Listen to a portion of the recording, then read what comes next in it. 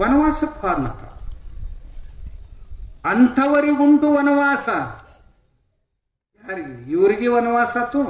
ಅವ್ರ ಮಹಾಭಾರತದಾಗ ಚಲೋ ನಡೆಯೋರು ಅವ್ರಿಗೆ ವನವಾಸ ಆತು. ಆದ್ರೆ ಬೇಜಾರೇ ಮಾಡ್ಕೊಳ್ಳಿಲ್ಲ.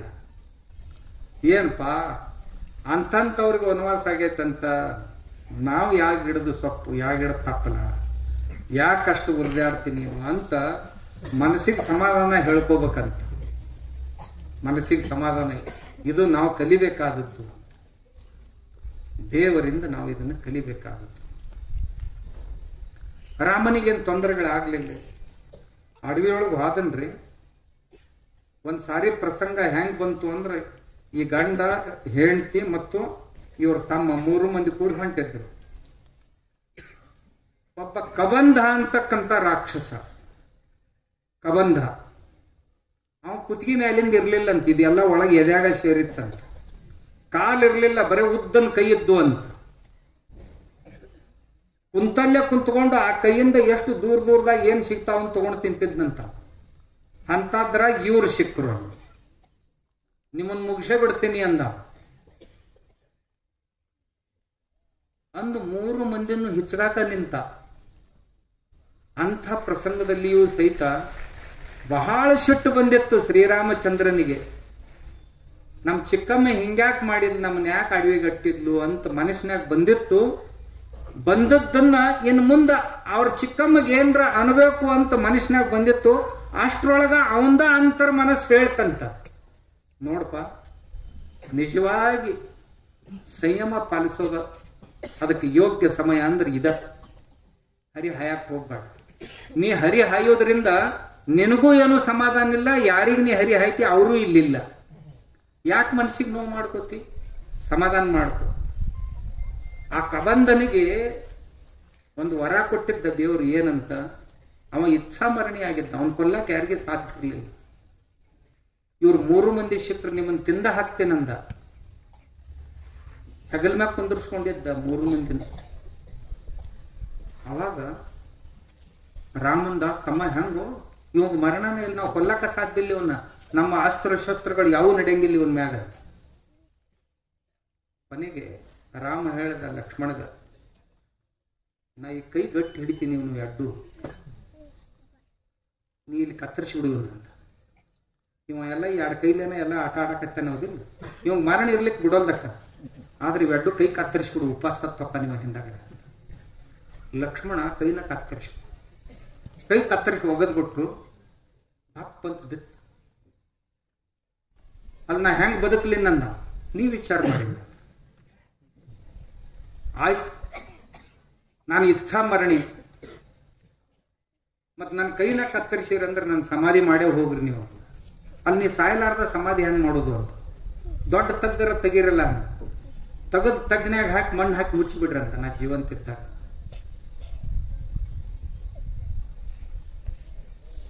ಶ್ರೀರಾಮಚಂದ್ರ ಅವನಿಗೆ ಮುಕ್ತಿಯನ್ನು ಕೊಟ್ಟ. ನೋಡಪ್ಪ, ಅಜ್ಞಾನ ವಶದಿಂದ ನೀ ಏನೋ ತಪ್ಪು ಮಾಡಿದೆ, ಆದಾಗ್ಯೂ ನಾವು ನಿನ್ ಜೀವ ತಗೊಂಡಿಲ್ಲ, ಇನ್ ಮುಂದರ ಶಾಣೆ ಆಗಿರು. ಇಲ್ಲ, ನಿಮ್ಮಂತ ಮಹಾತ್ಮರ ಇಲ್ಲಿ ಬಂದಿರಂದಾಗ ನಾನು ನಿಮ್ ಕೈಯಿಂದನ ಮರಣ ಸ್ವೀಕಾರ ಮಾಡ್ತೀನಿ, ನಾನು ಮುಕ್ತಿ ಕೊಟ್ಟು ಹೋಗ್ಬಿಡ್ರಿ, ಮತ್ತೊಂದು ಜನ್ಮದಾಗ ಹೋಗ್ತೀನಿ, ನಾನು ಈ ಶರೀರದಿಂದ ಮುಕ್ತ ಆಗ್ಬೇಕಂತ ಇಚ್ಛೆ ಐತೆ. ಮುಕ್ತಿ ಪಡ್ಕೊಂಡು ಅವನಿಗೆ ಮುಕ್ತಿ ಕೊಟ್ಟ. ತೊಂದರೆ ಅನ್ನೋದು ಯಾರಿಗೆ ಆಗಿಲ್ಲೇನು? ಶ್ರೀರಾಮಚಂದ್ರನಿಗೂ ಆಗೈತಿ. ಲಂಕೆಯೊಳಗೆ ಆಗ್ಲಿಲ್ಲೇನು? ಅವ್ರ ತಮ್ಮ ರಾವಣನ ಬಾಣದಿಂದ ತತ್ತರಿಸಿ ಮೂರ್ಛೆ ಹೋಗಿ ರಣಾಂಗಣದೊಳಗೆ ಬಿದ್ದಿದ್ದ. ಏಳಲಿಲ್ಲ ಸಾಯಂಕಾಲ. ರಾಮನಿಗೆ ಚಿಂತೆ ಆತು, ನಾ ಇಲ್ಲಿಂದ ಹೊಳ್ಳಿ ಹೋದ ನಂತರ ಇವನ್ ಹೆಂಡತಿಗೆ ಇವ್ರವ್ಗ ಏನ್ ಹೇಳಿ ಅಂತ. ಹೋಗಿ ಏನಾರ ಹೇಳೋದಕ್ಕಿಂತಲೂ ನಾನೇ ಹೋಗದೆ ಇರೋದು ಒಳ್ಳೇದು, ನಾನು ಸತ್ರ ಒಳ್ಳೇದು ಅಂತ ವಿಚಾರ ಬಂದಿತ್ತ ತಲೆಯಾಗ. ಅಂಥದ್ರೊಳಗೂ ಸಹಿತ ಧೈರ್ಯ ಮಾಡ್ಕೊಂಡು ಹೇಳ್ದ, ಹನುಮಂತ ನೋಡು, ಯಾರ ಒಬ್ರು ವೈದ್ಯರು ಸಿಗ್ತಾರನ್ನ ನೋಡು, ಕರ್ಕೊಂಡು ಬಾ ಅಂದ. ಜಡ್ಡಾದವ್ರಿಗೆ, ಗಾಯ ಆದವ್ರಿಗೆ ಉಪಚಾರ ಮಾಡಕ್ ವೈದ್ಯರು ಸಿಗ್ತಾರ್ರಿ, ಸತ್ತವ್ರಿಗೆ ಉಪಚಾರ ಮಾಡಕ್ ಯಾವ ವೈದ್ಯರು ಸಿಗ್ತಾರ ಅಂತ ಹನುಮಂತ ಅಂತ. ಹನುಮಂತ ಹೋಗ್, ಲಂಕಾದಾಗ ನೀವು ಹೋಗಿ ಬಂದಿ, ಮೊದಲ ಯಾರ ಸಿಗ್ತಾರನ್ನ ನೋಡು. ಕೇಳ್ದ ಅವನು ಲಂಕಾದಾಗ ಹೋಗಿ, ಚಲೋ ಡಾಕ್ಟರ್ ಯಾರದಾರಿ ಇಲ್ಲಿ ಅಂತ. ನಮ್ಮೂರಾಗ ಚಲೋ ಡಾಕ್ಟರ್ ಅಂದ್ರೆ ರಾವಣ ಮನೆಯಾಗ ಏನಿರ್ತಾನಲ್ಲ ಡಾಕ್ಟರ್, ಅವನ ಸುಷೇಣನ, ಅವನ ಒಬ್ಬ ಚಲೋ ಡಾಕ್ಟರ್. ಅವ್ರ ಮನೆಗೆ ಹಾದ ಡಾಕ್ಟರ್, ರಾಮನ್ ತಮ್ಮ ರಣಾಂಗಣದೊಳಗೆ ಬಿದ್ದಾನ, ನಡಿ ಉಪಚಾರ ಮಾಡಿ ನಡಿ ಅಂದ. ಅವ ಅಂದ, ಹುಚ್ಚದೇ ಶಾಣೆ ಅದೀನಿ, ನೀವು ನಮ್ಮ ಶತ್ರುಗಳು, ರಾವಣನ ಶತ್ರು ಅಂದ್ರೆ ನಮ್ಮ ಶತ್ರುಗಳಪ್ಪ, ನಿಮ್ಮನ್ನು ಬದುಕಿಸ್ಲಿ ನಾನು, ನಮ್ಮ ರಾಜ ಕೊಂದಾನ, ನಾ ಬದುಕಿಸ್ಲಿ ನಿಮ್ಮನ್ನ ಅಂದ. ನೀ ಬದುಕಿಸ್ಲಿಲ್ಲ ಅಂದ್ರೆ ನೀ ಹೆಂಗ್ ಜೀವಂತಿರವ ಅಂದ. ಏನ್ ಮಾಡವ ಅಂದ, ಒಂದೇ ಕೈಲೇ ಹಿಡ್ದಂಗೆ ಎತ್ತಿದ, ಹಿಂಗ ಎತ್ಕೊಂಡು ಹೋಗಲೇ ನಾ ಅಪ್ಪಳಿಸ್ಲೆ ಕೆಳಗ ಅಂದ. ಮಾಡ್ತೀನಿ ಟ್ರೀಟ್ಮೆಂಟ್ ಮಾಡ್ತೀನಿ ನಡಿ ಅಂದ. ಕರ್ಕೊಂಡು ಬಂದ ಕೂಡ್ಲೆ ತೋರಿಸಿದ, ಅದೇ ಬೆಳದಿಂಗಳ ರಾತ್ರ ತೋರಿಸಿದ, ಲಕ್ಷ್ಮಣ್ ಬಿದ್ದಿದ್ದ, ಇದಕ್ಕೆ ಸಂಜೀವಿನಿ ಬೇಕು ಅಂದ. ಹನುಮಂತಗ ರಾಮಂದ ಎಲ್ಲಿಂದ ತರದು, ಸಹ್ಯಾದ್ರಿ ಬೆಟ್ಟದೊಳಗೆ ಸಿಗ್ತೈತಿ, ಲಂಕಾ ಅಲ್ಲಿ ತಳಗ, ಸಹ್ಯಾದ್ರಿ ಇಲ್ಲಿ, ಸಹ್ಯಾದ್ರಿ ಒಳಗೆ ಸಿಗ್ತೈತಿ ಅಂತ ಹೇಳಿದ. ಹನುಮಂತ ಬಂದ, ನೋಡಿದ, ಎಲ್ಲ ಗಿಡ ಎಲ್ಲ ಟ್ಯೂಬ್ಲೈಟ್ ಹಚ್ಚದಂಗೆ ಕಣ್ಣಾಕತ್ತದು. ಇದ್ರಾಗ ನಿಜವಾದ ಆ ಸಂಜೀವಿನಿಯ ವೈಶಿಷ್ಟ್ಯ ಏನು ಅಂತಂದ್ರ, ಎಲಿ ಎಲ್ಲ ಉದುರಿದಂತ ಗಿಡಗಳಿದ್ದು, ಅಮಾಶಿ ಕತ್ಲಿರ್ಬೇಕು, ಒಂದ್ ಜರಾನ ಇಬ್ಬನಿ ಬಿದ್ದಂಗ ಆಗಿರ್ಬೇಕು, ಅವಾಗ ತಳ ತಳ ತಳ ತಳ ಟ್ಯೂಬ್ಲೈಟ್ ಹೊಳೆದಂಗ ಹೊಳಿತಿದ್ವು ಅಂದ್ರೆ ಅವಕ್ಕೆ ಸಂಜೀವಿನಿ ಅಂತ ತಿಳ್ಕೊಬೇಕು. ಇದು ಮೊದಲ ಹುಣ್ಣಿಮೆ ದಿವಸ ಹನುಮಂತ ಭ್ರಮೆ ಆತು. ಮತ್ತ ಅದು ಹನುಮಂತಂದ ಸಂಜೀವಿನಿ 2 ಪ್ರಕಾರಬಹುದು. ಹನುಮಂತನಿಗೆ ಆಯುರ್ವೇದದ ಜ್ಞಾನ ಎಷ್ಟಿತ್ತು ಅಂದ್ರ ಯಾರಿಗೆ ಇಲ್ಲದಷ್ಟು ಜ್ಞಾನ ಹನುಮಂತನಿಗೆ. ಏನ್ ಮಾಡುದು ಅಂದ್ರ 2 ಸಂಜೀವಿನಿಗಳಂದ್ರೆ ಯಾವು? ಮೂರ್ಛೆಯಿಂದ ಮನುಷ್ಯನ ಹೊರಗೆ ತರುವಂತಹದ್ದು ಒಂದು ಸಂಜೀವಿನಿ, ಪ್ರಾಣ ಹೋಗಿತ್ತಂದ್ರೂ ಸಹಿತ ಹೋದ ಪ್ರಾಣವನ್ನು ಮರಳಿ ತರುವಂತ ಸಂಜೀವಿನಿ ಒಂದು. ಇದ್ರೊಳಗೆ ಇವಾಗ ಯಾವ ಜಡ್ ಆಗೈತಂತ ಯಾವ್ದು ತಗೊಂಡು ಹೋಗ್ಲಿ ಮತ್ ವಿಚಾರ ಮಾಡಿದ, ಗುಡ್ಡನ ಕಿತ್ಕೊಂಡು ಹೋದ, ಅವನ ಮುಂದೆ ಇಟ್ರಾತು, ಯಾವ್ದು ಬೇಕಾದ ತಗೋತಾನ, ಕಿತ್ಕೊಂಡು ಹೋದ್. ಲಂಕಾದ ಅಯೋಧ್ಯ ಮ್ಯಾಗ ಹದ ಹೊಂಟಿದ್ದ ಅವ, ಭರತ್ ಮ್ಯಾಗ ನೋಡಿದವನ ಇದ್ಯಾ ಹೊಂಟೈತ ತಿಳ್ಕೊಂಡು ಬಾಣ ಹೊಡೆದು ತಳಕಿಡ. ಯಾರನೇ ಅಂತ, ನಾನು ರಾಮನ ದೂತ ಅಂತ. ಎಲ್ಲಿ ಹೊಂಟಿ? ಲಕ್ಷ್ಮಣ ಮೂರ್ಛೆ ಹೋಗಿ ಬಿದ್ದಾನ ಅಥವಾ ಪ್ರಾಣ ಹೋಗೈತಿ, ಅವಾಗ ಔಷಧ ತಗೊಂಡ್ ಹೊಂಟೀನಿ, ತಗೊಂಡು ಹೋಗು ಅಂತ ಬಿಟ್ಟು ನಾವು ಇರ್ಲಿಲ್ಲ ಅಂದ್ರೆ ಅವ್ನು ಕಟ್ಟಿ ಹಾಕಿದ್ದ. ಹೋದ, ಆ ಸುಷೇಣ ಉಪಚಾರ ಮಾಡಿದ, ಎದ್ದು ಕುಂತ, ತಮ್ಮ ನಾನು ಬದುಕಿಸಿದಪ್ಪ ನೀ ಅಂದ. ಇಂಥ ಆಪತ್ತು ನನ್ನ ಜೀವನದೊಳಗೆ ಎಂದೂ ಬಂದಿರಲಿಲ್ಲ, ಬಂತು, ಸಹಿಸ್ಕೊಂಡ. ಇಷ್ಟೆಲ್ಲ ಯುದ್ಧ ಮಾಡಿ ಸೀತಾದೇವಿನ ತಗೊಂಡು ಆದ್ರೂ ಊರಾನ್ ಮಂದಿರ ಏನ್ ಚಲೋದಂತೀರ? ಊರ್ ಮಂದಿ ಎಂತವ್ರಂತೀರಿ ನೀವು? ಊರಾಗ ಅಂದ್ರು ವರ್ಷಗಟ್ಲೆ ಮಂದಿ ಮನೆಯಾಗಿದ್ಲಂತಿಕೆ, ವರ್ಷಗಟ್ಲೆ ಮಂದಿ ಮನೆಯಾಗಿದ್ಲಂತಿಕೆ, ರಾವಣನ ಮನೆಯಾಗಿದ್ಲಂತ. ಮತ್ತ ಹೆಂಗ್ ಚಲೋ ಇರಕ್ ಸಾಧ್ಯ ಐತಿ? ಊರಾನು ಯಾವೂರ ಇವಕ್ ಹೊರ ತರ್ತಾವಂತೀರ ನಿಂತವಕ? ಸಾಧ್ಯನೇ ಇಲ್ಲ. ಅದಕ್ಕೊಂದ್ ದಿವಸ ಕಡೆಗೆ ಈ ಎಲ್ಲ ಸುದ್ದಿ ದಿನಾ ರಾಮನ ಕಿವಿಗೆ ಬರಾಕತ್ತಿದ್ರು. ಹಿಂಗ ಮಾತಾಡಕತ್ತಾರೆ ಮನೆ ಮನ್ಯಾಗ ಮಂದಿ ಅಂತ ಗುಪ್ತಚಾರ ಬಂದು ಹೇಳಿದ್ರು. ಬರೇ ಒಬ್ಬನ ಅಗಸ್ರವ ಮಾತಾಡಿದ ಮಾತು ಅಲ್ಲದು. ಬಾಳ್ ಮಂದಿ ಏನ್ ತಿಳ್ಕೊಂಡಾರ, ಒಬ್ಬ ಯಾವನ ಅಗಸ್ರವ ಅನ್ನಂತ್ರಿ, ಅದಕ್ಕೆ ಮಾತು ಹೇಳ್ತೀನಿ ಬಿಟ್ಟು ಹಂಗಲ್ಲ, ಪ್ರತಿಯೊಬ್ಬರ ಮನ್ಯಾಗೂ ಅನ್ನಕ್ ಹತ್ತಿದ್ರಿ. ಅದಕ್ಕೆ ಅವನ್ ನಿರ್ಣಯ ಮಾಡಿದ, ತಮ್ಮ ಹೋಗ್ಬಿಟ್ಟು ಹೋಗು. ಅಮಾವಾಸ್ಯೆ ರಾತ್ರಿ, ಏನ್ ಬಹಳ ದೂರ ಬಿಟ್ಟಿರ್ಲಿಲ್ಲ, ಅನತಿ ದೂರದೊಳಗೆ ವಾಲ್ಮೀಕಿ ಋಷಿಗಳ ಆಶ್ರಮ, ಅವರ ಆಶ್ರಮದ ಮೂಲ್ಯಾಗ ಒಯ್ದು ಬಿಟ್ಟಿದ್ರು. ಹೆಚ್ಚು ಜೋರಾಗಿ ಹೋಗಿದ್ರೆ ಆಶ್ರಮದವ್ರು ಯಾರ ಬಂದು ಎತ್ಕೊಂಡು ಹೋಗಿರ್ಬೇಕು, ಅಷ್ಟು ದೂರದಾಗ ಬಿಟ್ಟು ಬಂದ. ಮರುದಿವ್ಸ ಮುಂಜಾನೆ ಎದ್ದು ಕೂಡಲೇ ಋಷಿ ಸ್ನಾನಕ್ಕೆ ಹೊಂಟಿದ್ದ, ಮೊಟ್ಟ ಮೊದಲೇ ಕಣ್ಣಿಗೆ ಬಿದ್ದಕ್ಕಿನ ಶೀತ, ನಡಿಯವ ಅಂತ ತಕ್ಷಣ ಒಳಗೆ ಕರ್ಕೊಂಡು ಹೋಗಿದ್. ಬಹಳ ದೂರ ಬಿಟ್ಟಿದ್ದಿಲ್ಲ. ಆದ್ರೂ ಸೀತಾದೇವಿ ನನ್ ಬಿಟ್ರಲ್ಲ ಅಂತ ಎಂದೂ ಮನಸ್ಸಿಗೆ ನೋವು ಮಾಡ್ಕೊಳ್ಳಿಲ್ಲ. ಆಯ್ತು, ಇಲ್ಲೇ ಇದ್ರೆ ಆಯ್ತು. ಆಕೆಗೊಂದು ಕುಟೀರ ನಿರ್ಮಾಣ ಮಾಡಿ ಕೊಟ್ರು. 2 ಮಕ್ಕಳು ಹುಟ್ಟಿದ್ದು. ಅವಕ್ಕೆ ಎಂತ ಸಂಸ್ಕಾರ ಮಾಡಿದ್ಲಂದ್ರಿ ಒಬ್ಬ ಹೆಣ್ಮಗಳಾಗಿ, ನಿಮ್ಗೆ ಆಶ್ಚರ್ಯ ಅನಿಸ್ತು. ಜಗತ್ತ ಬೆರಳು ಕಚ್ಚಿತ ಆ ಹುಡುಗರು ನೋಡಿ. ಇವ ರಾಮಾಯಣ ಬರಿತಿದ್ದ, ಆ ಹುಡುಗರು ಆಡ್ತಿದ್ದು ಹೊರಗೆ ಅಂಗಳದಾಗ. ಬರೆದು ಮುಗಿಸಿದ. ಈ ರಾಮಾಯಣ ಇನ್ನು ಮಂದಿಗೆ ಹೆಂಗ್ ಮುಗಿಸುದು ಅಂತಿದ್ದ. ಅಷ್ಟ್ರೊಳಗ ಇಷ್ಟಿಟ್ಟ ಇದ್ದು 8-10 ವರ್ಷದ ಹುಡುಗರು ಅವ್ರನ್ನ ಕರೆದ ಅಂದ, ಇದನ್ನ ಬೈಪಾಟ್ ಮಾಡ್ರೋ ಇಬ್ರು ಅಂದ. ಅವು ಅಡ್ಡು ಹುಡುಗರು ಕುತ್ಕೊಂಡು ಲವಾ ಕುಶ ಬೈಪಾಟ್ ಮಾಡಕ್ ಹತ್ತಿದ್ರಿ. ಇಡೀ ರಾಮಾಯಣನ ಬೈಪಾಟ್ ಮಾಡಿದ ಕೂಡಲೇ ಇಡೀ ಊರ್ ಮಂದಿ ಕರೆದ್ರು, ಋಷಿ ಮುನಿಗಳನ್ನ ಕರೆದ್ರು, ರಂಗ ತಾಲೀಮ್ ಮಾಡ್ರಿ ಇವ್ರ ಮುಂದಂದು ಮಾಡಿದ ಹುಡುಗರು. ರಾಮಾಯಣ ಹಾಡಕ್ ಹತ್ತಿದ ಹುಡುಗರು ಅದ್ವಿತೀಯವಾಗಿ ಹಾಡಿದರು. ಎಷ್ಟು ಖುಷಿ ಆದ್ರು ಅಂದ್ರು ಋಷಿಗಳು. ಯಾರು ಕೊಳ್ಳಾನ್ ಜನಿವಾರನ ತೆಗೆದು ಕೊಟ್ರ, ಯಾರು ಉಡದಾರನ ತೆಗೆದು ಕೊಟ್ರ. ಅಲ್ಲಿ ಆಗಿನ ಕಾಲದಾಗ ಇವಲ್ಲ ದೊಡ್ಡ ಕಿಮ್ಮತ್ತಿನ ವಸ್ತು ಅಂತ.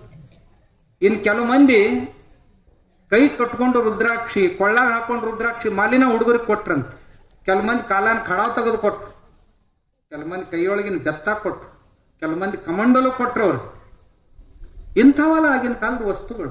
ಕೆಲವು ಮಂದಿ ತಮ್ಮ ಚರ್ಮಾಸನಗಳನ್ನೇ ಕೊಟ್ರು, ಹೋಗ್ರಿ ತಪಶ್ಚರ್ಯ ಮಾಡಾಕಿದ್ ಬಳಸ್ರಿ ಅಂತ ಹುಡುಗರಿಗೆ. ಆ ಹುಡುಗರು ಮುಂದೆ ಹೋಗಿ ಅಯೋಧ್ಯೆಯೊಳಗ ಹಾಡಕ್ ಶುರು ಮಾಡಿದ್ರು. ಯಾರ ಮುಂದೆ ಹಾಡಕ್ ಹತ್ತಿದ್ದು ಅಲ್ಲ ಅವ ನಮ್ಮಪ್ಪ ಅಂತ ಇವಕ್ಕೂ ಗೊತ್ತಿಲ್ಲ, ಈ ಹಾಡು ಹುಡುಗರು ನನ್ನ ಮಕ್ಕಳು ಅಂತ ಅವ್ರಿಗೆ ಗೊತ್ತಿಲ್ಲ. ಹಾಡಕ್ ಹತ್ತಿದ್ರು. ವಾಲ್ಮೀಕಿ ಮಹರ್ಷಿ ಹೇಳಿದ, ನೋಡು ಅಯೋಧ್ಯದಾಗ ಹೊಂಟೇರಿ ಹಾಡಕ್ ಹತ್ತೇರಿ, ಯಾರ ಕೇಳಿದ್ರಿ ಯಾರ ಮಕ್ಕಳು ನೀವು ಅಂತ ಕೇಳಿದ್ರೆ ನಾವು ವಾಲ್ಮೀಕಿ ಶಿಷ್ಯರಂತ ಹೇಳ್ಬೇಕು, ಮತ್ತೇನು ಹೇಳಬಾರ್ದು. ಆಯ್ತಂದ. ಈ ರಾಮಾಯಣದೊಳಗೆ ಎಂಥದ್ದೇ ಪ್ರಸಂಗ ಬಂದ್ರು ನೀವು ಒಟ್ಟ ಅಳಬಾರ್ದು, ಕಣ್ಣಾಗ ನೀರು ತರಬಾರ್ದು ಹಾಡು ಹೊತ್ನ್ಯಾಗ ಅಂತ ಹೇಳಿದ್ರು. ಆ ಹುಡುಗರಿಗೆ ಕತೆ ಗೊತ್ತಿತ್ತು, ಅವ್ರ ಅಪ್ಪ ಎಲ್ಲದಾನ ಅಯೋಧ್ಯೆ ಎಲ್ಲೈತಿದೆ ಗೊತ್ತಿರ್ಲಿಲ್ಲ ಅಷ್ಟೇ. ಹಾಡಕ್ ಹತ್ತಿದು. ಸೀತಾ ವಿಯೋಗದ ಪ್ರಸಂಗ ಬಂತು. ಮಧ್ಯರಾತ್ರಿ ತುಂಬು ಗರ್ಭಿಣಿಯಾದಂತ ಹೆಣ್ಮಗಳನ್ನ ಕರ್ಕೊಂಡು ಒಯ್ದು ಕಾರ್ಮೋಡ ಕವಿದಿತ್ತು, ಕಗ್ಗತ್ತಲೆ ಎಲ್ಲಾ ಕಡೆ ಹರಡಿತ್ತು. ಅಂಥದ್ರೊಳಗೆ ಹೋಗಿ ಮಧ್ಯರಾತ್ರಿಯಲ್ಲಿ ಅರಣ್ಯದಲ್ಲಿ ಅವಳನ್ನು ಬಿಟ್ಟು ಬಂದರು ಅಂತ ಏನ್ ಹಾಡಕ್ ಹತ್ತಿದ್ವು ಅಲ್ಲ ಹುಡುಗರು, ಭಾವ ಪರವಶರಾಗಿ ಅಳಾಕತ್ತಿದ್ರು. ಅಳಾಕತ್ತಿದ ಕೂಡಲೇ ರಾಮಂದ ನಿಲ್ಲಿಸ್ರಂದ. ನಿಲ್ಲಿಸಿದ ಕೂಡಲೇ ಯಾಕ್ರಿ ಅಂದ. ಯಾರು ನೀವು ಅಂದ. ನಾವು ವಾಲ್ಮೀಕಿ ಮಹರ್ಷಿಗಳ ಶಿಷ್ಯರು ಅಂತ. ಅವ್ರೆಲ್ಲಾದ್ರು ಗುರುಗಳು, ನಿಮ್ ಗುರುಗಳು ಅಲ್ಲಿ ಹಿಂದ್ ಕುಂತಾರ. ಎದ್ದು ಬಂದ್ರು. ಇನ್ನು ಕದ್ಲಾಗ್ತೈತಂತ. ಅವ್ರ ಅಜ್ಜಿ ಕೌಶಲ್ಯ, ಸುಮಿತ್ರ, ಕೈಕೇಯಿ ಅವರು ಅಲ್ಲೇ ಕುಂತಿದ್ರು. ಇವ್ರ ಚಿಗವುಗಳೆಲ್ಲ ಅಲ್ಲೇ ಕುಂತಿದ್ರು. ಈ ಹುಡುಗರು ನೋಡಿದ್ರ ಋಷಿಗಳಂತ ಅನಿಸೋದಿಲ್ಲ. ಇವರು ಮುಖದ ಮ್ಯಾಗ ತೇಜರ ರಾಜ ತೇಜ ಐತಿ. ಇವರು ತಲೆ ಮ್ಯಾಗ ಚುಟ್ಟ ಕಟ್ಕೊಂಡು ಬಂದವ್ರು ಋಷಿಗಳ ಗತೆ. ನಮ್ಗೆ ಯಾಕೋ ಸಂಶಯ ಬರ್ತೈತಿ ಅಂತ ತಮ್ಮ ಒಳಗ ಮಾತಾಡ್ತಿದ್ರು. ವಾಲ್ಮೀಕಿ ಋಷಿಗಳ ಮುಂದೆ ಬಂದ್ರು. ಬಂದ ಕೂಡ್ಲೆ ಅವ್ರನ್ನ ಕೇಳಿದ್ರು, ಯಾರೀ ಹುಡುಗರು ಅಂತ. ನಿಮ್ ಶಿಷ್ಯರಂತ ಹೇಳ್ತಾರ, ಯಾವ್ರವ್ರು ಇವರು ಅಂತ ಕೇಳಿದ್ರು. ವಾಲ್ಮೀಕಿ ಋಷಿ ಹೇಳಿದ, ಇವರು ಅಯೋಧ್ಯದವರು ಅಂತ. ಯಾರ ಮಕ್ಕಳು ಇವರು ಅಂತ ಕೇಳಿದ ರಾಮಚಂದ್ರ. ಇವರು ಶ್ರೀರಾಮಚಂದ್ರನ ಮಕ್ಕಳು ಅಂತ ಹೇಳಿ. ಇವ್ರವ್ ಎಲ್ಲದಾಳ ಅಂತ ಕೇಳಿದ. ಇವ್ರವ್ವ ನನ್ನ ಆಶ್ರಮದೊಳಗದಾಳ. ಅವಳನ್ನ ಕರ್ಕೊಂಡು ಬರ್ಬೋದೇನ್ ನೀವು ಅಂತ ಕೇಳಿದ್ರು. ಕರ್ಕೊಂಡು ಬರ್ತೀನಿ ಹೋದ್ರು. ಇಡೀ ಆಶ್ರಮವಾಸಿಗಳನ್ನೆಲ್ಲ ಕರ್ಕೊಂಡು ಮುಂದೆ ವೃದ್ಧ ಗೌತಮಿಯರು, ಸಾಧಕಿಯರು, ವಿದ್ಯಾರ್ಥಿನಿಯರು.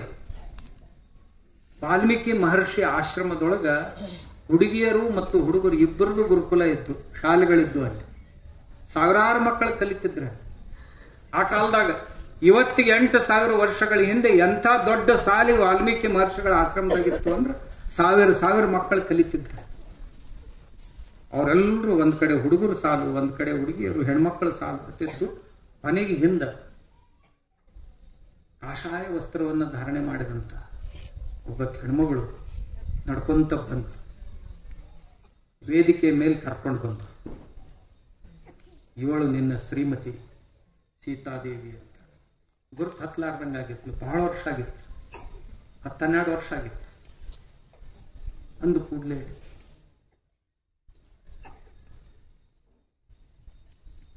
ಎಲ್ಲರೂ ಅಂದ್ರು, ಸೀತಾದೇವಿಯನ್ನ ಒಳಗೆ ಕರ್ಕೊಂಡು ಹೋಗ್ರಿ ಅಂತ. ರಾಮ ಅಂದ, ಹಂಗಾಗಕ್ಕೆ ಸಾಧ್ಯ ಇಲ್ಲ. ತುಂಬಿದ ಸವಾಲ.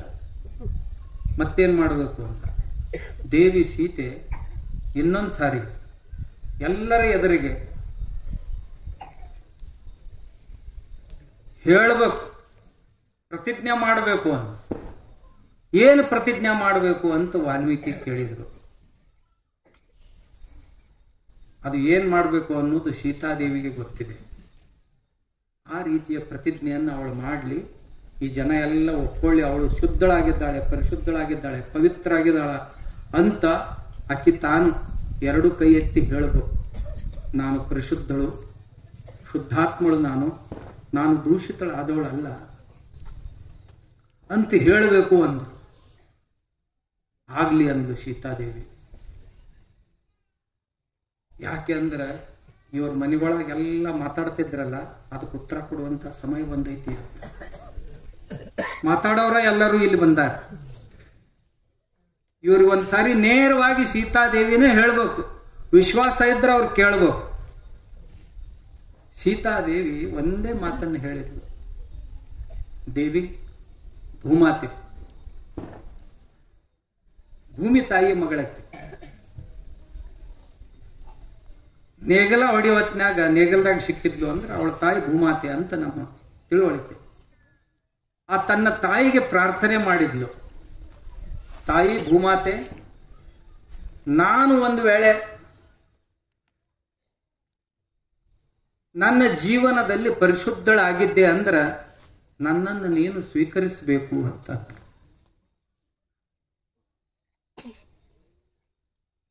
ನಾನು ಒಂದು ವೇಳೆ ಶುದ್ಧ ಬುದ್ಧಳಾಗಿದ್ದರೆ ನನ್ನನ್ನು ನೀನು ನಿನ್ನ ಉಡೆದಾಗ ತಗೋಬೇಕು ಅಂತ. ಹಿಂಗ ಅಂದು ಕೂಡ್ಲೆ ಎಲ್ಲಿ ನಿಂತಿದ್ರಲ್ಲ ಆ ಮಂಚ ಇಬ್ಬಾಗ ಆಯ್ತು. ಹಿಂಗ ಎರಡು ಕೈಗಳ ಮ್ಯಾಗ ಬಂದು ಸೀತಾದೇವಿ ಪ್ರವೇಶ, ಭೂಮಿ ಪ್ರವೇಶ ಮಾಡಿಬಿಟ್ಲು. ಸೀತಾದೇವಿ ಭೂಮಿ ಪ್ರವೇಶ ಮಾಡಿದ ತಕ್ಷಣ ಭೂಮಿ ಹೊಳ್ಳಿ ಮುಚ್ಕೊಂಡು ಬಿಡ್ತು. ಶ್ರೀರಾಮಚಂದ್ರನಿಗೆ ಭಾರಿ ರೋಷ ಬಂತು. ನನ್ನ ಧನುಷ್ಯ ತಗೊಂಡು ಬರ್ರಿ, ಈ ಭೂಮಿಯನ್ನು ಸೀಳಿ ನನ್ನ ಸೀತೆಯನ್ನು ನಾನು ಮರಳಿ ತಗೋತೀನಿ ಅಂತ. ವಾಲ್ಮೀಕಿ ಮಹರ್ಷಿಗಳಂದ್ರು, ಗೊತ್ತದು ವೇಳೆ ಹೋಗ್ತದೆ, ಇದ್ದಾಗ ಆಗ್ಬೇಕಾಗಿತ್ತು, ಇನ್ನು ಬರೋದು, ಇನ್ನು ಪಶ್ಚಾತ್ತಾಪ ಪಡೋದ್ರೊಳಗೆ ಏನೂ ಆಗ್ತದೆ. ಮತ್ತ ಅವಳು ಹೋದ ನಂತರ ನಾನಿದ್ದೇನು ಉಪಯೋಗ ಅಂದ. ಇದು ಮೊದಲ ವಿಚಾರ ಮಾಡಬೇಕಾಗಿತ್ತು, ಈಗಲ್ಲ. ಇದನ್ನು ಮೊದಲ ವಿಚಾರ ಮಾಡಬೇಕಾಗಿತ್ತು.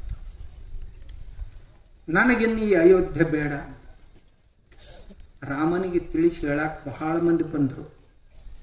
ಹಂಗಲ್ಲಪ್ಪ, ಆದದ್ದಾಗಿ ಹೋಯ್ತು. ಪ್ರತಿಯೊಬ್ಬರ ಜೀವನದಲ್ಲಿ ಇಂಥ ಘಟನೆ ಬಹಳ ಮನಸ್ಸಿಗೆ ನೋವು ಮಾಡಿ ಘಟನೆ. ಆದರೂ ಅವನಿಗೆ ರಸ ಉಳಿಲಿಲ್ಲ. ಕೊನೆಗೆ ಜನಕ ಮಹಾರಾಜ ಬಂದ, ಸೀತಾದೇವಿಯ ತಂದೆ. ಅವ ತಿಳಿಸಿ ಹೇಳ, ಅಲ್ಲಪ್ಪ ಹೀಗೆ ಮಾಡಬಾರ್ದು, ಮಾನವೀಯ ಜೀವನದೊಳಗೆ ಏನ್ ಬರ್ತಾವ ಬಂದದ್ದನ್ನೆಲ್ಲ ಎದುರಿಸ್ಬೇಕು. ಇಷ್ಟು ದಿವಸ ಎದುರಿಸಿಯಲ್ಲ ನೀನು, ಎಂಥಿಂಥ ಆಪತ್ತುಗಳು ವಿಪತ್ತುಗಳು ಬಂದಾಗ ಎದುರಿಸಿಯಲ್ಲ. ಈ ಸಂದರ್ಭದಲ್ಲಿ ಇಷ್ಟು ದುಃಖಿ ಆಗುವುದರಲ್ಲಿ ಏನು ಅರ್ಥ ಐತೇನೋ ಅಂದಾಗ ಮತ್ತೆ ಎಚ್ಚೆತ್ತುಕೊಂಡ ಶ್ರೀರಾಮ. ಅಂಥಿಂಥವ್ರಿಗೆ ಇಂಥದ್ದು ಬಂದು ಹೋಗೈತಿ ಅಂದ್ರ ನಮ್ಮಂಥವ್ರಿಗೆ ಏನ್ ಬರುವುದು, ಏನು ಹೋಗುವರೇನು, ಎಷ್ಟರ ಬರುವುದವು, ಇಂಥವೇನಾರ ಬರ್ತಾವ ಇಲ್ಲ. ದೊಡ್ಡ ಹೊಟ್ಟಿ ಅಂದ್ರೆ ಇದಕ್ಕ ಅಂತಾರ, ಏನಿದ್ದದ್ದನ್ನೆಲ್ಲ ಹೊಟ್ಟಾಗಿ ಹಾಕೊಳಕ್ ಕಲಿಬೇಕಂತ. ಗಣಪತಿ ನೋಡಿದ ಕೂಡಲೇ ನಮ್ಗೇನ್ ಅನಿಸ್ಬೇಕಂದ್ರೆ ಇದು ಅನಿಸ್ಬೇಕಂತ. ಗಣಪತಿ ಬಹುದೊಡ್ಡ ಬುದ್ಧಿವಂತ, ವೇದಗಳು